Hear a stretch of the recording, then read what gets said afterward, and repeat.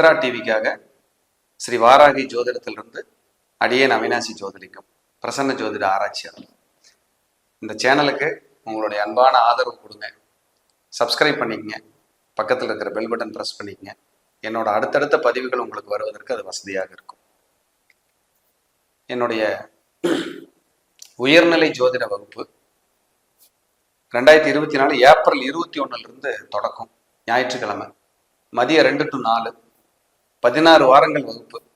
பலன் சொல்றதுக்கு உங்களுக்கு தயக்கமா இருந்தா, அடிப்படை ஜோதிடம் எனக்கு நல்லா தெரியும், இன்னும் நான் நிறைய கத்துக்கணும்னு ஆசைப்பட்டீங்கன்னா உயர்நிலை ஜோதிடத்துல கலந்து படிங்க. அதுக்கான வகுப்பா இது இருக்கும். ரொம்ப பிரமாதமான வகுப்பா இருக்கும்.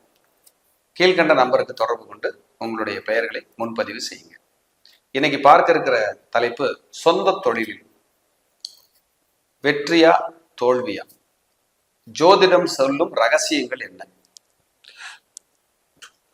நிறைய பேர், சார் நான் ஏதாவது ஒரு பிஸ்னஸ் பண்ணணும்னு ஆசைப்படுறேன், எனக்கு பிஸ்னஸ் பண்ணலாமா வேண்டாமா, இந்த கேள்வி கேட்காத நபர்களே கிடையாது. சொந்த தொழில் செய்யறதுக்கு எல்லாருக்குமே பிராப்தம் இருக்குமானா இல்லை.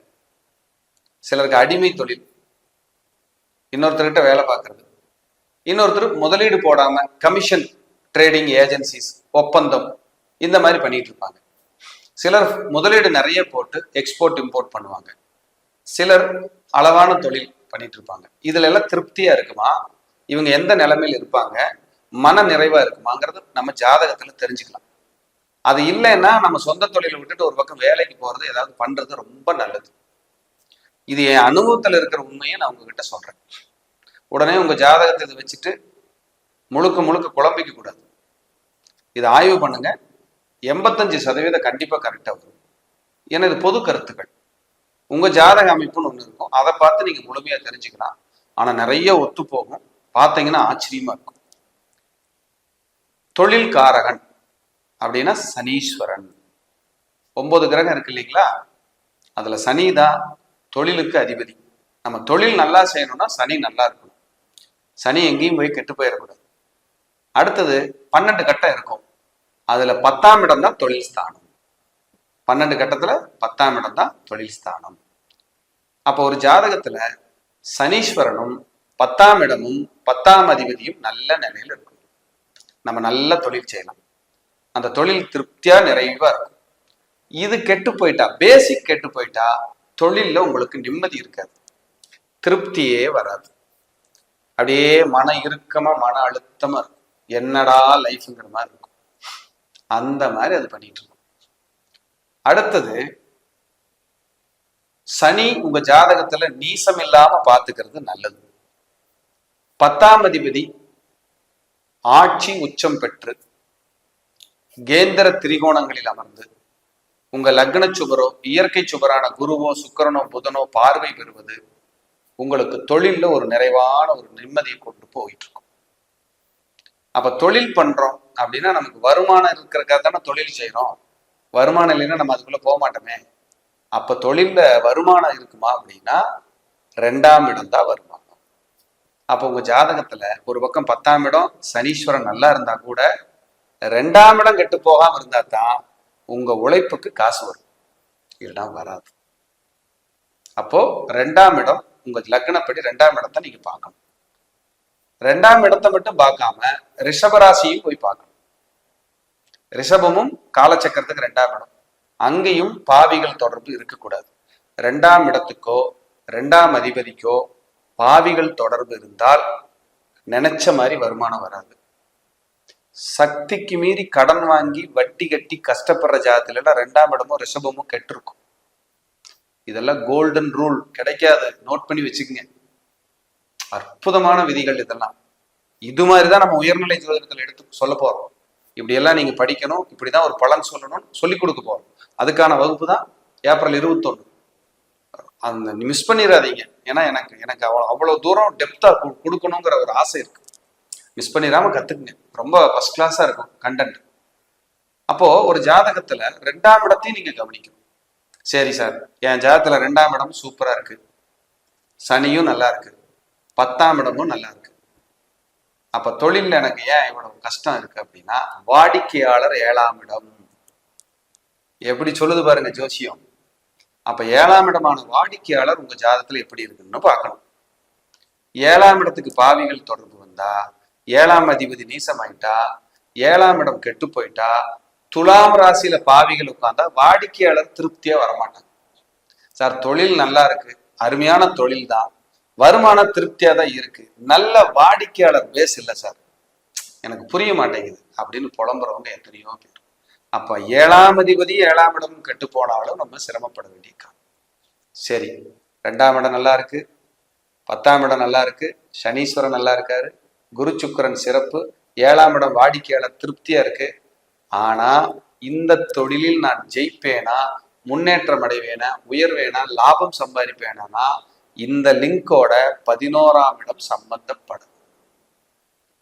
11th பாவம் 11ஆம் இடம் தான் லாபத்தை, நமக்கான சந்தோஷத்தை, நம்ம ஆசைகளை நிறைவேற்றக்கூடிய இடம் 11ஆம் இடம் இருந்தா சூப்பர்.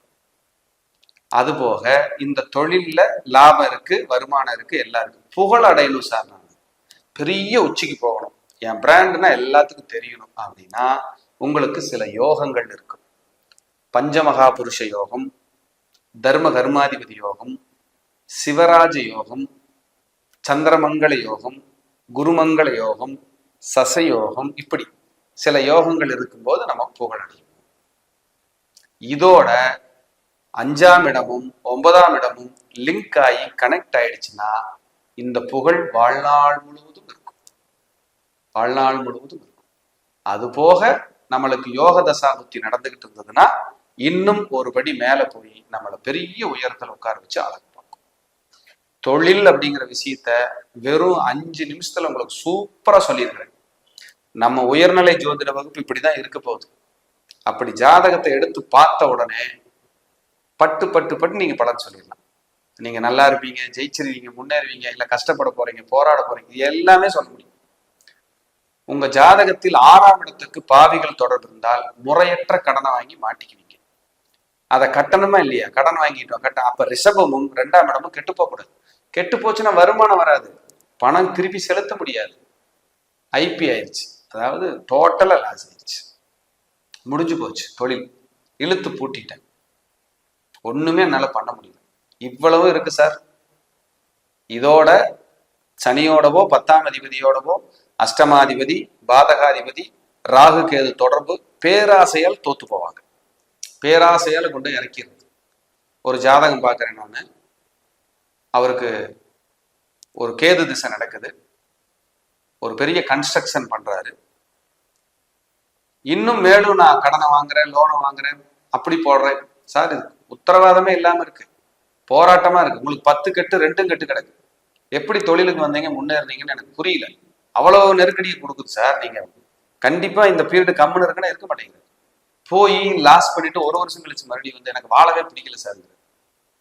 நான் என்ன சொல்ல வரேன்னா, நம்மளோட தகுதி, நம்மளோட உயரம் என்னன்னு நம்ம கட்டம் ஜாதகம் சொல்லிடும்.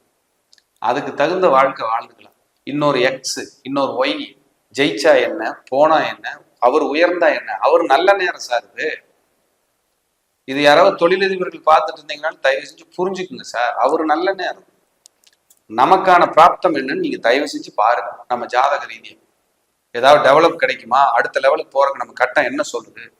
அடுத்தது உங்க ஜாதகத்துல சனீஸ்வரன் சொல்றதா தொழில்காரகன், அவரு போய் இப்ப துலாம்ல சனி இருக்காரு, யாருக்காவது விருச்சிகத்துல பாவிகள் இருக்காங்க, அந்த சனி போய் பாவியை தொட்டாலும் தொழில் நெருக்கடி வரும், உங்களை உலுக்கிரும். எல்லா கிரகங்களும் கிளை அசைச்சதுன்னா ராகுங்கிறது வேற அசைச்சு பார்க்கும்.